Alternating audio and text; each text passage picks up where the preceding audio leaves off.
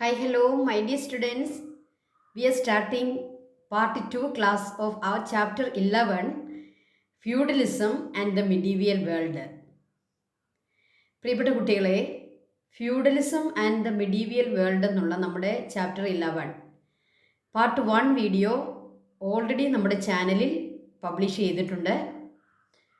നിങ്ങൾ കാണും എന്ന് ഞാൻ കരുതുന്നു. ആരെങ്കിലും നമ്മുടെ പാർട്ട് 1 വീഡിയോ ഫ്യൂഡലിസത്തിൻ്റെ നിങ്ങൾ ഇതുവരെ കണ്ടില്ല എങ്കിൽ തീർച്ചയായിട്ടും നിങ്ങളത് വ്യൂ ചെയ്യുക. അതിനുശേഷം വേണം നിങ്ങൾ പാർട്ട് 2 വീഡിയോയിലേക്ക് വരാൻ. ഞാൻ ടീച്ചർ ഇതിൻ്റെ പ്ലേലിസ്റ്റ് നമ്മുടെ ചാനലിൽ കൊടുത്തിരിക്കും. അപ്പോൾ നിങ്ങൾക്ക് പ്ലേലിസ്റ്റ് നോക്കി 1 by 1 ആയിട്ട് നമ്മുടെ ചാപ്റ്ററിലെ ഓരോ വീഡിയോകളും കാണുകയും പഠിക്കുകയും ചെയ്യാം. ഓക്കെ, അപ്പോൾ നമ്മൾ പാർട്ട് 1 വീഡിയോയിൽ എന്താണ് ഫ്യൂഡലിസം, എന്താണ് ഫ്യൂഡലിസത്തിൻ്റെ ഫീച്ചേഴ്സ്, ഫ്യൂഡലിസത്തിൻ്റെ ക്ലാസിഫിക്കേഷൻ എങ്ങനെയായിരുന്നു, അതിൻ്റെ സൊസൈറ്റിയുടെ അതിൻ്റെ സിസ്റ്റം എന്തായിരുന്നു, അതുപോലെ തന്നെ ഫ്യൂഡലിസം എന്തുകൊണ്ടാണ് അത് തകർച്ച നേരിട്ടത്, അതിൻ്റെ കൊലാപ്സിന് കാരണം എന്താണ്, ഇത്രയും കാര്യങ്ങൾ നമ്മൾ പാർട്ട് 1 വീഡിയോയിൽ ഓൾറെഡി പഠിച്ചു. അപ്പോൾ നമ്മൾ ഫ്യൂഡലിസം പഠിച്ചപ്പോൾ നമ്മൾ കണ്ടു മിഡീവിയൽ വേൾഡിൽ after the fall of western Roman Empire ഈ ഫ്യൂഡലിസം എമർജ് ചെയ്തു എന്നാണ് നമ്മളവിടെ പഠിച്ചത്, അല്ലേ? അപ്പോൾ ഈ റോമൻ എംപയറിനെ പറ്റി നമുക്കൊന്ന് പഠിക്കണം. കാരണം മിഡീവിയൽ വേൾഡിനെ പറ്റിയാണ് നമ്മൾ ഈ ചാപ്റ്ററിൽ പഠിക്കുന്നത്. മിഡീവിയൽ വേൾഡ് ടീച്ചർ കഴിഞ്ഞ വീഡിയോയിൽ ഞാനത് പറഞ്ഞതുപോലെ 5th to 15th സെഞ്ച്വറിയാണ് medieval world എന്ന് നമ്മൾ പറയുന്നത്. അപ്പോൾ ആ മിഡീവിയൽ വേൾഡിനെ പറ്റി പഠിക്കുമ്പോൾ നമ്മൾ തീർച്ചയായിട്ടും റോമൻ എംപയറിനെ പറ്റി പഠിക്കണം. അപ്പോൾ നമ്മൾ ഇന്ന് പഠിക്കുന്നത് റോമൻ എംപയർ, അതിൻ്റെ ഡിവിഷൻസ്, അതിൻ്റെ ഫീച്ചേഴ്സ്, ക്യാരക്ടറിസ്റ്റിക്സ്. അപ്പോൾ നമുക്ക് ഇന്നത്തെ വീഡിയോയിലേക്ക് കയറാം. അപ്പോൾ മിഡീവിയൽ വേൾഡിനെ പറ്റി പഠിക്കുന്നത് കൊണ്ടാണ് നമ്മൾ എന്തിനെ പറ്റി പഠിക്കേണ്ടി വരുന്നത്, ഈ റോമൻ എംപയറിനെ പറ്റി പഠിക്കേണ്ടി വരുന്നത്. അപ്പോൾ റോമൻ എംപയറിന് 2 ഡിവിഷൻ ഉണ്ടായിരുന്നു, Holy Roman Empire and eastern Roman Empire. Holy Roman Empire എന്ന് പറഞ്ഞാൽ വെസ്റ്റേൺ റോമൻ എംപയർ തന്നെയാണ് ഈ ഹോളി റോമൻ എംപയർ എന്ന് പറയുന്നത്. അപ്പോൾ there are 2 divisions in Roman Empire, Holy Roman Empire or western Roman Empire and the eastern Roman Empire. നമുക്കറിയാം ഈ Europe എന്ന് പറയുന്നതും ഏഷ്യ എന്ന് പറയുന്ന 2 കോണ്ടിനെൻറ്റ്സ്. നിങ്ങൾക്ക് ജോഗ്രഫി നിങ്ങൾ പഠിച്ചിട്ടുണ്ട്. യൂറോപ്പും ഏഷ്യയും ഒരു ഓഷ്യൻ കൊണ്ട് വേർതിരിക്കപ്പെട്ട 2 കോണ്ടിനെൻറ്റ്സ് അല്ല. ഈ 2 കോണ്ടിനെൻറ്റ്സും യുറാൽ എന്ന് പറയുന്ന ഒരു മൗണ്ടനാണ് ഈ 2 കോണ്ടിനെൻറ്റ്സിനെ ഡിവൈഡ് ചെയ്യുക, അല്ലെ വേർതിരിക്കുക. അതുകൊണ്ട് തന്നെ യൂറോപ്പിൽ നിന്നും ഈ ലാൻഡ് വഴി തന്നെ നമുക്ക് എവിടെ എത്താം, ഈസ്റ്റിലേക്ക് എത്തുകയും ഏഷ്യയിലേക്ക് എത്തുകയും ചെയ്യാം. അതുകൊണ്ട് തന്നെ അന്നത്തെ റോമൻ എംപയർ വളരെ വാസ്റ്റായിരുന്നു. അപ്പോൾ ഏഷ്യയിലുള്ള ചില ഭാഗങ്ങളും അന്ന് റോമൻ എംപയറിൻ്റെ പാർട്ടായിട്ട് ഉണ്ടായിരുന്നു. അപ്പോൾ ഈ വെസ്റ്റേൺ റോമൻ എംപയർ അല്ലെങ്കിൽ ഹോളി റോമൻ എംപയർ എന്ന് പറയുന്നത് ഇന്നത്തെ യൂറോപ്പ്, അതായത് ലണ്ടൻ, ഫ്രാൻസ്, ഇറ്റലി, അങ്ങനെയുള്ള ഇന്നത്തെ വെസ്റ്റേൺ യൂറോപ്യൻ രാജ്യങ്ങളെല്ലാം ഉൾപ്പെടുന്ന പ്രദേശങ്ങളായിരുന്നു ഈ ഹോളി റോമൻ എംപയർ. പഴയ റോമൻ എംപയറിൻ്റെ ക്യാപിറ്റൽ റോമായിരുന്നു, അല്ലേ? റോമൻ എംപയറിൻ്റെ, അതായത് ഫുള്ളായിട്ടുള്ള റോമൻ എംപയറിൻ്റെ ക്യാപിറ്റൽ റോം തന്നെയായിരുന്നു. അപ്പോൾ ആ റോം തന്നെ ക്യാപിറ്റലായിട്ടുള്ള ഹോളി റോമൻ എംപയർ അല്ലെങ്കിൽ വെസ്റ്റേൺ റോമൻ എംപയർ ആണ് റോമൻ എംപയറിൻ്റെ ഒരു ഡിവിഷൻ. അതുപോലെ തന്നെ ഏഷ്യയുടെ ഭാഗമായിട്ടുള്ള ലെബനൻ, ഗ്രീസ് അല്ലെങ്കിൽ അങ്ങനെയൊക്കെയുള്ള ഇതുപോലുള്ള സ്ഥലങ്ങളുമൊക്കെ ചേർന്നതായിരുന്നു eastern Roman empire. Turkey, Lebanon ഇങ്ങനെയുള്ള പ്രദേശങ്ങളോട് ചേർന്ന പ്രദേശങ്ങളായിരുന്നു ഈസ്റ്റേൺ റോമൻ എംപയർ. ഓക്കെ, നമുക്കതിൻ്റെ ഒരു മാപ്പിലേക്ക് വരാം. ഇവിടെ നിങ്ങൾക്ക് ഇത് രണ്ടും കാണാം, western Roman Empire and eastern Roman empire. Western Roman empire ഇന്നത്തെ യൂറോപ്പ് ഉൾപ്പെടുന്ന പ്രദേശങ്ങളാണ് വെസ്റ്റേൺ റോമൻ എംപയർ. ഇന്നത്തെ യൂറോപ്പും അതോടൊപ്പം ഏഷ്യയുടെ ചില ഭാഗങ്ങളും ഒക്കെ ചേർന്നതാണ് ഈസ്റ്റേൺ റോമൻ എംപയർ. അന്നത്തെ റോമൻ ചക്രവർത്തിമാരെ ലോകം മുഴുവൻ കീഴടക്കിയ അല്ലെ വാസ്റ്റായിട്ടുള്ള പ്രദേശങ്ങൾ കീഴടക്കി വച്ചിരുന്ന വളരെ വളരെ വിശാലമായ ഒരു സാമ്രാജ്യത്തിൻ്റെ ഉടമകളായിരുന്നു അന്നത്തെ റോമൻ എംപറേഴ്സ്. അപ്പോൾ അവരുടെ കീഴിൽ ഉണ്ടായിരുന്ന പ്രദേശങ്ങളാണിതെല്ലാം. വെസ്റ്റേൺ റോമൻ എംപയറും ഈസ്റ്റേൺ റോമൻ എംപയറും. ഓക്കെ, അപ്പോൾ ഈസ്റ്റും വെസ്റ്റും. Western Roman empire is also known as holy Roman empire. Why? അപ്പോൾ വെസ്റ്റേൺ റോമൻ എംപയറിനെ എന്തുകൊണ്ടാണ് ഹോളി റോമൻ എംപയർ എന്ന് വിളിക്കുക? The Western Roman Empire was conquered by the Franks, a tribal group in Europe. Western Roman എംപയറിൻ്റെ ഭാഗങ്ങൾ Franks എന്ന് പറയുന്ന ഒരു ട്രൈബൽ ഗ്രൂപ്പ് കീഴ്പ്പെടുത്തി. അപ്പം നമുക്കറിയാം, അന്നത്തെ കാലത്ത് സാമ്രാജ്യങ്ങൾക്കോ ചക്രവർത്തിമാർക്കോ ഒന്നും പെർമനൻ്റ് ആയിട്ടുള്ള നിലനിൽപ്പൊന്നുമില്ല. ഏത് സമയത്ത് വേണമെങ്കിലും ഒരു എംപററുടെ, ഒരു രാജാവിൻ്റെ, അദ്ദേഹത്തിൻ്റെ പൊസിഷൻ, അദ്ദേഹത്തിൻ്റെ അഡ്മിനിസ്ട്രേഷൻ നഷ്ടപ്പെടാം. കാരണം എന്താണ്? അദ്ദേഹത്തെക്കാൾ കരുത്തരായ ആളുകൾ അദ്ദേഹത്തെ വന്ന് കീഴ്പ്പെടുത്തുമ്പോൾ അദ്ദേഹത്തിന് അഡ്മിനിസ്ട്രേഷൻ അധികാരം നഷ്ടപ്പെടുന്നു, പവർ നഷ്ടപ്പെടുന്നു, ഒരുപക്ഷെ കൊല്ലപ്പെടുന്നു, മറ്റ് രാജ്യങ്ങളിലേക്ക് അദ്ദേഹത്തിന് പോകേണ്ടി വരുന്നു, റെഫ്യൂജി ആയിട്ട് പോകേണ്ടി വരുന്നു. അങ്ങനെ ഒരു രാജാവിൻ്റെയോ ഒരു എംപററിൻ്റെയോ പൊസിഷൻസ് ഒന്നും അന്നത്തെ കാലത്ത് പെർമനൻ്റ് ആയിരുന്നില്ല, വളരെ ടെമ്പററി ആയിരുന്നു. അപ്പോൾ ഒരു രാജാവ് എത്രമാത്രം കരുത്തനായിട്ട് നിൽക്കുന്നോ അത്രയും കാലം മാത്രമേ അദ്ദേഹത്തിന് തൻ്റെ അധികാരം, തൻ്റെ സാമ്രാജ്യമൊക്കെ അദ്ദേഹത്തിൻ്റെ അണ്ടറിൽ കാണുകയുള്ളൂ. അപ്പോൾ ഈ വെസ്റ്റേൺ റോമൻ എംപയർ, അല്ലെങ്കിൽ അന്നത്തെ ഏറ്റവും പ്രശസ്തമായ റോമൻ എംപയർ, ആ ചക്രവർത്തിമാരുടെ പവർ നഷ്ടപ്പെടുകയും അല്ലെങ്കിൽ അവരുടെ സൈന്യത്തിൻ്റെ ആ ഒരു കരുത്ത് നഷ്ടപ്പെടുകയും ഒക്കെ ചെയ്തപ്പോൾ മറ്റ് ആളുകൾ അവരെ കീഴ്പ്പെടുത്തും. ഇപ്പോൾ ഇവിടെ എന്താണ് സംഭവിച്ചത്?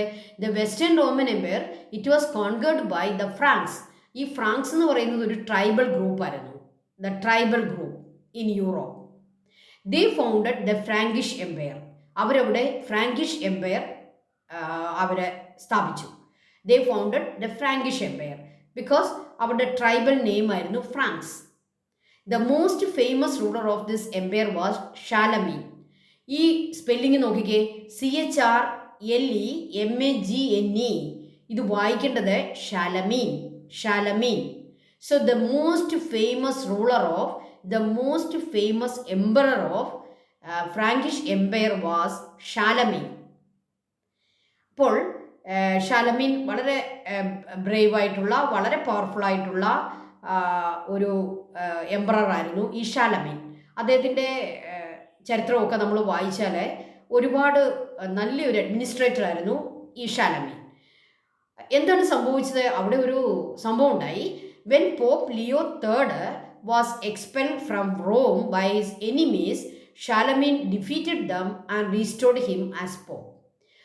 ഈ ഷാലമീൻ്റെ ആ ഒരു കാലത്ത് റോമായുടെ ഈ പോപ്പ്, നമുക്കറിയാം ലോകം മുഴുവൻ ഉള്ള കാത്തലിക്സിൻ്റെ അവരുടെ റിലീജിയസ് ലീഡറാണ് പോപ്പ്. അപ്പോൾ ഈ പോപ്പ് ലിയോ III ആണ്. നമുക്കറിയാം ഇപ്പോഴത്തെ പോപ്പിൻ്റെ പേരും ലിയോ എന്ന് തന്നെയാണ്. ലിയോ 14 എന്നാണ് ഇപ്പോഴത്തെ പോപ്പിൻ്റെ പേര്. പക്ഷേ അന്നത്തെ പോപ്പ് അത്രയും നമുക്കറിയാം AD 800 ഈ പറയുന്നത്, AD 800. അപ്പോൾ ആ കാലത്തെ പോപ്പിൻ്റെ പേരും ലിയോ എന്നായിരുന്നു. എന്തായിരുന്നു അതിൻ്റെ നമ്പർ? എത്രയാണ്? Leo III. He was expelled from Rome by his enemies. So this Pope Leo III, he had some enemies, and these enemies they expelled. എന്താണ് expelled എന്ന് പറഞ്ഞാൽ? അദ്ദേഹത്തെ പുറത്താക്കി. They expelled Pope from Rome. Then what did this Charlemagne do? Charlemagne, the emperor, defeated the enemies of Pope and restored him as Pope. അപ്പം ഷാലമീൻ പോപ്പിനെ രക്ഷിക്കുകയും അദ്ദേഹത്തെ വീണ്ടും പോപ്പായിട്ട് തന്നെ അദ്ദേഹത്തെ അവരോധിക്കുകയും ചെയ്തു, അദ്ദേഹത്തെ റീസ്റ്റോർ ചെയ്തു, അദ്ദേഹത്തിൻ്റെ എനിമീസിനെ, പോപ്പിൻ്റെ എനിമീസിനെ എല്ലാം ഡിഫീറ്റ് ചെയ്തു. ഇങ്ങനെ ഷാലമീൻ പോപ്പിനെ സേവ് ചെയ്തു. ഇൻ റിട്ടേൺ, അപ്പോൾ തിരിച്ചു എന്തെങ്കിലും കൊടുക്കണമല്ലോ. In return the pope crown Charlemagne as the first holy Roman emperor. അതിന് പ്രതിഫലമായിട്ട് പോപ്പ് അദ്ദേഹത്തെ ആദ്യത്തെ ഹോളി റോമൻ എംപററായിട്ട് ക്രൗൺ ചെയ്തു. അദ്ദേഹത്തിന് കിരീടധാരണം നടത്തി. നമുക്ക് ആ ചിത്രം ഒന്ന് കാണാം. നോക്കുക, പോപ്പ് അദ്ദേഹത്തെ ഷാലമീനെ ഫസ്റ്റ് ഹോളി റോമൻ എംപററായിട്ട് ക്രൗൺ ചെയ്യുന്ന പിക്ചറാണ് നിങ്ങളീ കാണുന്നത്. Okay, then therefore this empire is also known as the Holy Roman Empire. അപ്പോൾ പോപ്പിൻ്റെ ഒരു ഇടപെടൽ അവിടെ ഉണ്ടായതുകൊണ്ടാണ് ഈ വെസ്റ്റേൺ റോമൻ എംപയർ എന്നുള്ള പേര് മാറി ഹോളി റോമൻ എംപയർ എന്നുള്ള പേരിലേക്ക് വന്നത്. അപ്പോൾ അതിൻ്റെ കാരണം പോപ്പാണ്, അല്ലേ? പോപ്പാണ് ഷാലമീനെ എംപററായിട്ട് ക്രൗൺ ചെയ്തത്. So he was known as the first emperor of holy Roman Empire. അപ്പോൾ വെസ്റ്റേൺ റോമൻ എംപയറിൻ്റെ ഹിസ്റ്ററിയിലെ ഏറ്റവും പ്രധാനപ്പെട്ട കാര്യമാണ് ഈ ഷാലമീൻ്റെ ഈ ക്രൗണിങ്ങും അദ്ദേഹത്തിനെ ഫസ്റ്റ് ഹോളി റോമൻ എംപററായിട്ട് പോപ്പ് പ്രഖ്യാപിക്കുകയും ചെയ്തതാണ് ഇവിടുത്തെ ഒരു പ്രധാനപ്പെട്ട കാര്യം. ഓക്കെ, അപ്പം നമ്മൾ ആ ക്രൗണിങ് ഒക്കെ കണ്ടു. ഇനി നമുക്ക് ഇവിടുത്തെ ചില സ്റ്റൈലുകളെ പറ്റിയൊക്കെ പഠിക്കാം. The architectural style of holy Roman empire, Carolingian style. Holy Roman എംപയറിൻ്റെ എല്ലാ ചർച്ചസും അവിടുത്തെ എല്ലാ ബിൽഡിങ്സും ഒരു സ്പെഷ്യൽ സ്റ്റൈലിലാണ് അവർ പണിയുക. ആർക്കിടെക്ചറൽ സ്റ്റൈൽ അവർക്കുണ്ട് ഈ ഹോളി റോമൻ എംപയറിന്. അതിൻ്റെ പേരാണ് Carolingian style. Okay, the cognitive progress during the reign of Charlemagne is known as Carolingian Renaissance. Charlemagne teacher നിങ്ങളോട് പറഞ്ഞതുപോലെ വളരെ പവർഫുൾ ആയിട്ടുള്ള, വളരെ അഡ്മിനിസ്ട്രേറ്റീവ് ക്വാളിറ്റിയുള്ള നല്ലൊരു അഡ്മിനിസ്ട്രേറ്ററും നല്ലൊരു റൂളറുമായിരുന്നു. അദ്ദേഹം ധാരാളം നല്ല കാര്യങ്ങൾ, അഡ്മിനിസ്ട്രേറ്റീവ് ആയിട്ടുള്ള വളരെ നല്ല ഡെവലപ്മെൻ്റ് ആയിട്ടുള്ള കാര്യങ്ങൾ അദ്ദേഹം ചെയ്തു. ഇതെല്ലാം കൂടെയും ചേർത്ത് the cognitive progress during the reign of Charlemagne is known as Carolingian Renaissance. അതിനെ കരോളിജിയൻ റെനേസൻസ് എന്നാണ് വിളിക്കുക. അപ്പോൾ കരോളിജിയൻ സ്റ്റൈലാണ് അവരുടെ ആർക്കിടെക്ചറൽ സ്റ്റൈല്. ഷാലമീൻ്റെ ഈ പ്രോഗ്രസീവ് ആയിട്ടുള്ള എല്ലാ ഡെവലപ്മെൻ്റൽ പ്രോസസ്സിനെയും ഒരുമിച്ച് നമ്മൾ എന്ത് പറയുന്നു? Carolingian renaissance. ഇതാണ് ഈ കരോളിജിയൻ ആർക്കിടെക്ചറിൻ്റെ സ്റ്റൈൽ. ഇതാണ് ഗോപുരങ്ങളും ഡോമുകളും ഒക്കെ ചേർന്ന അതായത് നമ്മുടെ ബസിലിക്കകളൊക്കെ പണിയുന്ന, നമുക്കറിയാം റോമിലെ പല ബസിലിക്കകളും, ഇനിയും ലോകത്തിൻ്റെ വിവിധ ഭാഗങ്ങളിൽ ഈ കരോളിജിയൻ സ്റ്റൈലിലെ പല ബസിലിക്കകളും പല ചർച്ചസും പല ബിൽഡിങ്സും പ്രത്യേകിച്ച് വെസ്റ്റേൺ യൂറോപ്പിലൊക്കെ ധാരാളമായിട്ട് പണിയുന്നുണ്ട്. ഇതെല്ലാം ഈ സ്റ്റൈൽ കാണിക്കും. നമ്മുടെ കേരളത്തിൽ പോലും ചില ചർച്ചസൊക്കെ ഈ ഒരു സ്റ്റൈലിൽ നിങ്ങൾക്ക് കാണാൻ പറ്റും. അത് നമ്മൾ കോപ്പി ചെയ്യുന്നതാണ്, അവിടുന്ന് നമ്മൾ കോപ്പി ചെയ്തതാണ്. റോമിലെ പല ബിൽഡിങ്സും പല ചർച്ചസും വലിയ ബസിലിക്കകളും എല്ലാം ഈ ഒരു കരോളിജിയൻ സ്റ്റൈലിലാണ് അവരുടെ ആർക്കിടെക്ചറെ നടത്തുക. ഓക്കെ, അപ്പോൾ ഇത് ഷാലമീൻ്റെ ഹോളി റോമൻ എംപയറിൻ്റെ ഒരു ആർക്കിടെക്ചറൽ സ്റ്റൈലാണ് കരോളിജിയൻ സ്റ്റൈൽ. ഓക്കെ, നമുക്കിനി ഈസ്റ്റേൺ റോമൻ എംപയറിനെ പറ്റി പഠിക്കാം. Prepare a note on the eastern Roman empire. The eastern Roman empire emerged in the east after the collapse of the western Roman empire. Western Roman എംപയറിൻ്റെ കൊളാപ്സിന് ശേഷം, അത് തകർന്നതിന് ശേഷമാണ് teacher നിങ്ങളോട് പറഞ്ഞതുപോലെ ഈ ഷാലമീൻ്റെ അദ്ദേഹത്തിൻ്റെ ഭരണമാണെങ്കിലും ഷാലമീന് ശേഷമുള്ള ഫ്രാങ്കിഷ് ആ ഒരു എംപറേഴ്സിൻ്റെ ഭരണമാണെങ്കിലും കുറച്ച് കഴിഞ്ഞപ്പോൾ അത് സ്റ്റോപ്പായി. ഇതൊന്നും പെർമനൻ്റ് അല്ല. അവരെക്കാൾ ശക്തരായ ആളുകൾ വന്ന് അവരെ ഡിഫീറ്റ് ചെയ്യാം. അങ്ങനെ ഡിഫീറ്റ് ചെയ്യപ്പെട്ട് വെസ്റ്റേൺ റോമൻ എംപയർ കൊളാപ്സ് ആയിപ്പോയി. ഈ ഒരു കാര്യത്തിന് ശേഷമാണ് ഈസ്റ്റേൺ റോമൻ എംപയർ എമർജ് ചെയ്യുന്നത്. So the eastern Roman empire emerged in the east, പേര് സൂചിപ്പിക്കുന്ന പോലെ തന്നെ ഈസ്റ്റിലെ after the collapse of the western Roman empire. Its capital was Constantinople. അപ്പോൾ ഈസ്റ്റേൺ റോമൻ എംപയറിൻ്റെ ക്യാപിറ്റൽ കോൺസ്റ്റാന്റിനോപ്പിൾ ആയിരുന്നു. വെസ്റ്റേൺ റോമൻ എംപയറിൻ്റെ ക്യാപിറ്റൽ ഏതായിരുന്നു? റോമായിരുന്നു, അല്ലേ? ഇത് Constantinople. The old name of Constantinople was Byzantium. Constantinople എന്ന് പറയുന്ന ആ സിറ്റിക്ക്, ആ ക്യാപിറ്റലിന് പണ്ടൊരു പേരുണ്ടായിരുന്നു. The old name of Constantinople was Byzantium. Therefore, this empire is also known as Byzantine empire. അപ്പോൾ കോൺസ്റ്റാന്റിനോപ്പിളിനെ ബൈസാൻഡിയം എന്ന് പറയുന്ന ഒരു പേരുണ്ടായിരുന്നത് കൊണ്ട് ഈ eastern Roman empire has another name. It is also known as Byzantine empire. Justinian was the famous ruler of the eastern Roman empire. Western Roman empire നമ്മൾ ഷാലമീനെ പഠിച്ചതുപോലെ തന്നെ ഈസ്റ്റേൺ റോമൻ എംപയറിനെ ഒരിക്കലും മാറ്റിവെക്കാൻ പറ്റാത്ത അവരുടെ ഏറ്റവും ഫേമസ് ആയിട്ടുള്ള റൂളറായിരുന്നു ജസ്റ്റീനിയൻ എംപറർ, ജസ്റ്റീനിയൻ ചക്രവർത്തി. Justinian's greatest contribution to the world was a code of Justinian. അപ്പോൾ ഈ ജസ്റ്റീനിയൻ ചക്രവർത്തിയും ഷാലമീനെ പോലെ തന്നെ വളരെ പവർഫുൾ ആയിട്ടുള്ള വളരെ നല്ല അഡ്മിനിസ്ട്രേഷനുള്ള ഒരു റൂളറായിരുന്നു. പക്ഷേ അദ്ദേഹം അറിയപ്പെടുന്നത് അതിൻ്റെ ഒന്നും പേരിലല്ല. His greatest contribution to the world was a code of Justinian. എന്താണ് കോഡ് എന്നുള്ള വാക്കിൻ്റെ അർത്ഥം? CODE, code. കോഡ് എന്ന് പറഞ്ഞാൽ നിയമസംഹിത. ജസ്റ്റീനിയൻ്റെ നിയമസംഹിതയാണ് അദ്ദേഹം ലോകത്തിന് തന്ന ഏറ്റവും വലിയ സംഭാവന. The greatest contribution of world was Justinian's contribution was the code of Justinian. എന്തുകൊണ്ടാണ് ഇത് ഈസ്റ്റേൺ റോമൻ എംപയറിന് വേണ്ടി അദ്ദേഹം ഉണ്ടാക്കിയ കോഡാണ്, അദ്ദേഹം ഉണ്ടാക്കിയ നിയമസംഹിതയാണെങ്കിലും ഇത് വേൾഡിന് തന്നെ ഒരു വലിയ കോൺട്രിബ്യൂഷൻ ആണെന്ന് പറയുന്നത് എന്തുകൊണ്ടാണ്? പിന്നീട് വേൾഡിൽ ഏതൊരു രാജ്യവും അവർക്ക് വേണ്ടി അവരുടെ കോൺസ്റ്റിറ്റ്യൂഷൻ തയ്യാറാക്കുമ്പോൾ, അവരുടെ കോഡ് തയ്യാറാക്കുമ്പോൾ, അവർക്ക് നിയമങ്ങൾ തയ്യാറാക്കുമ്പോൾ ജസ്റ്റീനിയൻ്റെ ഈ കോഡാണ് മോഡലായിട്ട് എടുക്കുക.